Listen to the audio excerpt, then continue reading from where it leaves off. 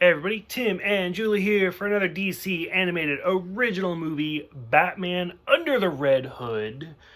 So, we have been kind of watching the movies out of order because we're making our own path, we're doing our own thing. And I kind of did it in a specific way where we watched The Killing Joke first, and then we watched this movie.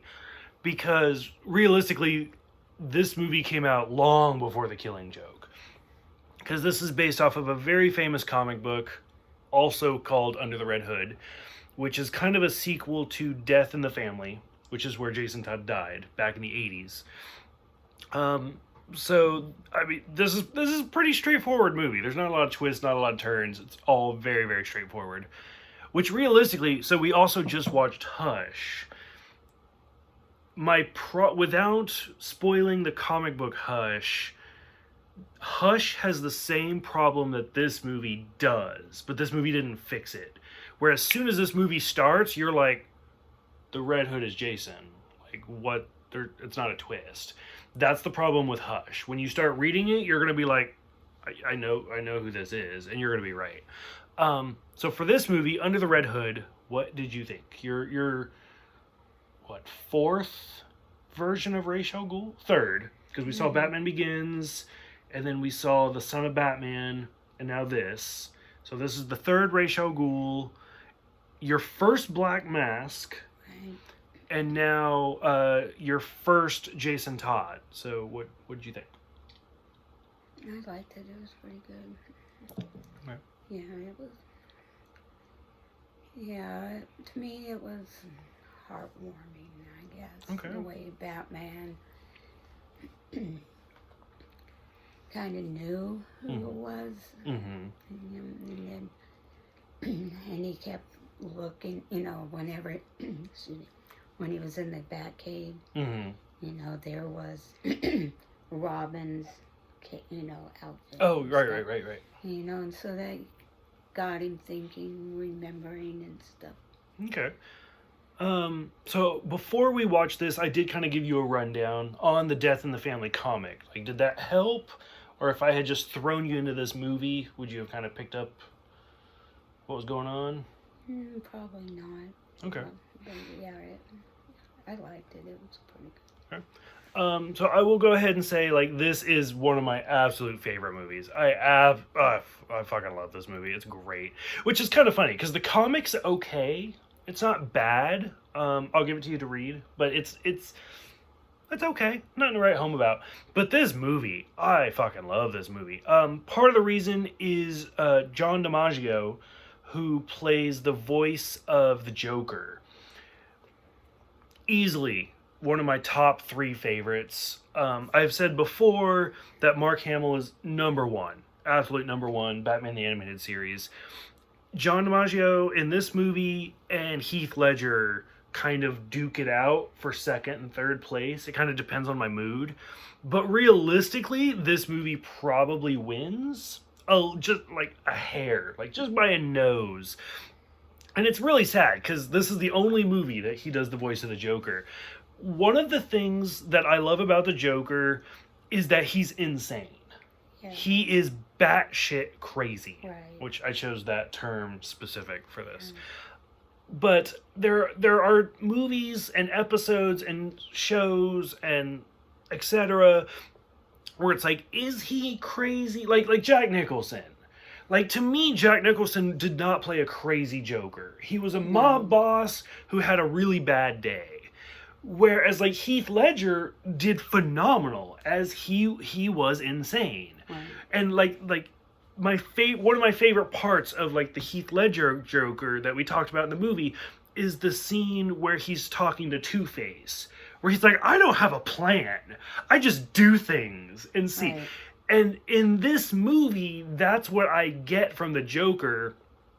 And my 2 favorite scenes are, it's messed up to say, I don't mean it this way, but the opening scene where he's beating Robin, and specifically the moment where he's about to leave, and he's like, tell the big man, I said hello. Mm-hmm. Like, he did so well at being creepy. So it's like, okay, so you did great. You're a creepy person. But then, my favorite part of this whole movie, where you glimpse the insane part, is the last scene where it's Batman, the Red Hood, and the Joker, and they're in the abandoned building, and like the bomb's about to go off, and he's like, let's do portraits. Let's do me and the kid, me and Batman, the kid and the crowbar. And then the bomb's about to go off, and Batman's gonna stop it, and he stops Batman, and he's like, no, I'm gonna be the one to get what I want. We're all gonna die, and it's gonna be great. And you're like, he's insane. Like, he is literally insane. And that's what I love. Because too often you see the Joker where he's like, okay, I'm going to do my thing and I'm going to run away. You're going to be like, okay, so you clearly thought this out. Mm-hmm. Whereas, like, the Joker in this is literally willing to die as long as all three of them go out together in this big shebang. And he's like, yes, this is amazing. And Batman wants to live, and the Red Hood wants to live, and the Joker's like, fuck it, we're all going out together. Like, this is going to be brilliant. I love it. I think it's so well done. It's so good. I think the Black Mask is amazing in this. We don't see him a whole lot in anything. He's a very underrated character. But where he's just punching his people because he's angry, like that's a goal in life. Like, I want to be so important that I'm just going to be like, line up so I can punch you. Because it's just, like, this whole movie, it's just insane. Like, there's nothing makes sense. You're just like, fuck it, let's just go for a ride. And, like, even when the Joker gets kidnapped, he's like, it's a slumber party. Let's do charades. Like, oh, it's great. Yeah, but, like, back to the first part of the movie when he's beating Jason, you know. It's hard. It's a hard scene to watch. It was a hard scene because I don't think any kid needs to be beaten like that, you know. And yeah, that was the hardest part of the movie for me. And I think it's supposed to be. Yeah. Because then later on, so like we talked about in the Hush movie, like you get to the end of Hush where he's dangling there and he just killed Thomas Elliot. And Batman's still like, I'm going to save you. And Catwoman's like, what is this shit? And, like, slices it and runs.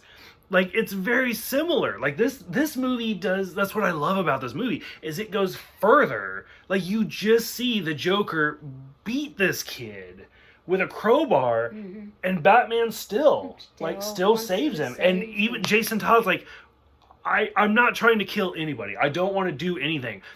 But why did you let the Joker survive? Right. Like, as soon as you caught the Joker... Because it's obviously been years since this happened, since the opening scene happened to where it is now. The Batman's caught the Joker multiple times. Like, and that's what Jason's saying, is like, you've caught him, and after what he did, you never did anything. Right. Like, you were like, justice, and arrested him... But, like, you never killed him. Like, after what he did, like, why didn't you kill him right away? Done. And, like, once again, like I said, for Hush, I was on Selina's side. Red Hood, which after this comic came out, like, Jason is in the comics for a long time. And he plays that type of vigilante where he might kill you, you might survive, you never know.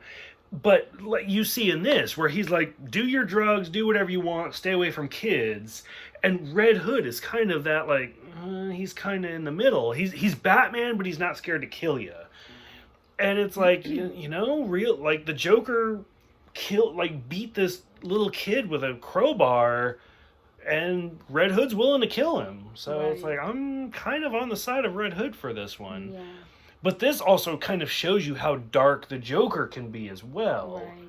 Where we've seen, like, in the comics and stuff, there's a whole comic where, like, the Joker tries to kill, like, every firstborn kid in Gotham and stuff like that. Like, the Joker's really hardcore, but in a lot of these comics and stuff, like, they bring him down to, like, a kid level.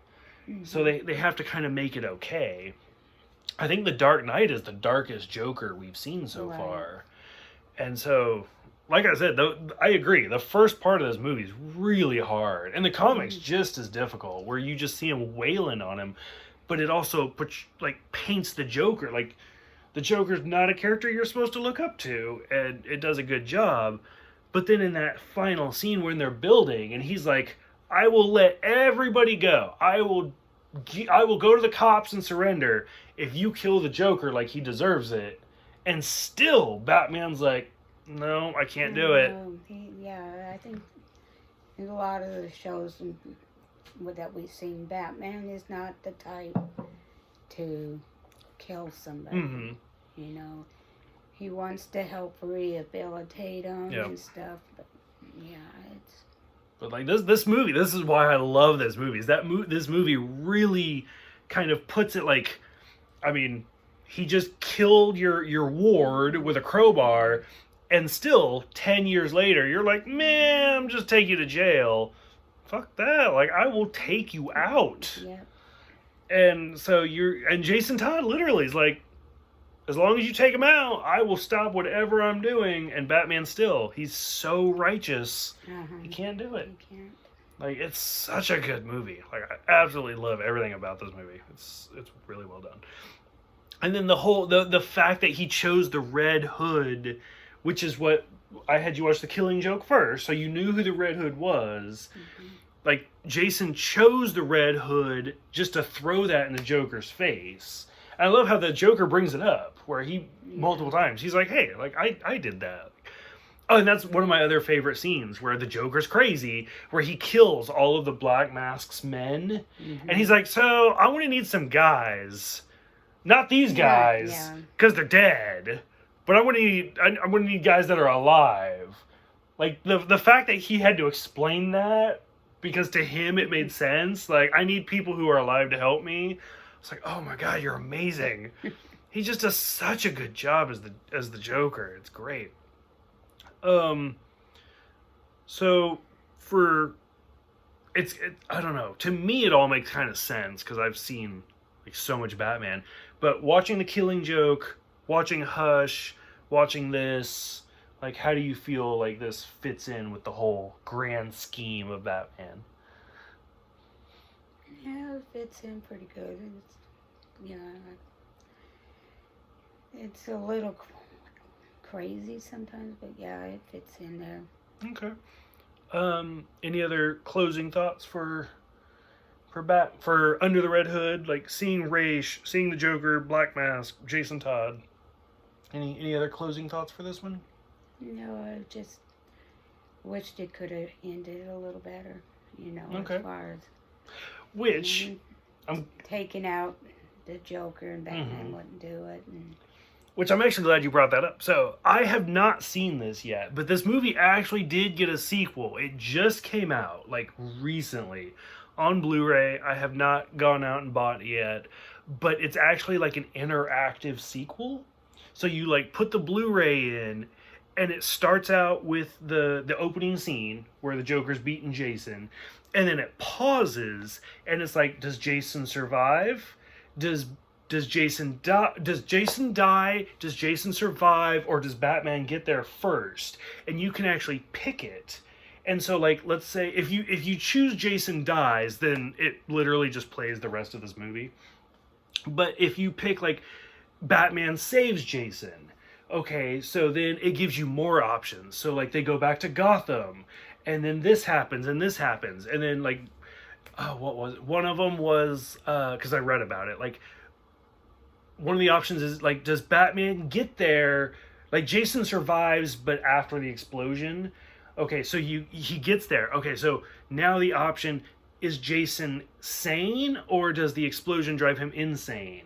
And so then it keeps going. Mm-hmm. And so there's, like, 10 different, like, scenarios. So eventually, I need to go out to buy this Blu-ray, and then we can, like, spend hours just watching the same video over and over and over again, but with different scenarios. Mm-hmm. But literally that, like, just came out within the last, like, week or two. Because this is Under the Red Hood, and that is actually called Death in the Family, which is what the original comic called. So I'm glad you said, like, I wish it ended happier. Soon we might do a review where it might end a little bit happier. I don't know. I could be wrong. Any other closing thoughts for this one? I'm glad you brought that up because I completely forgot about it.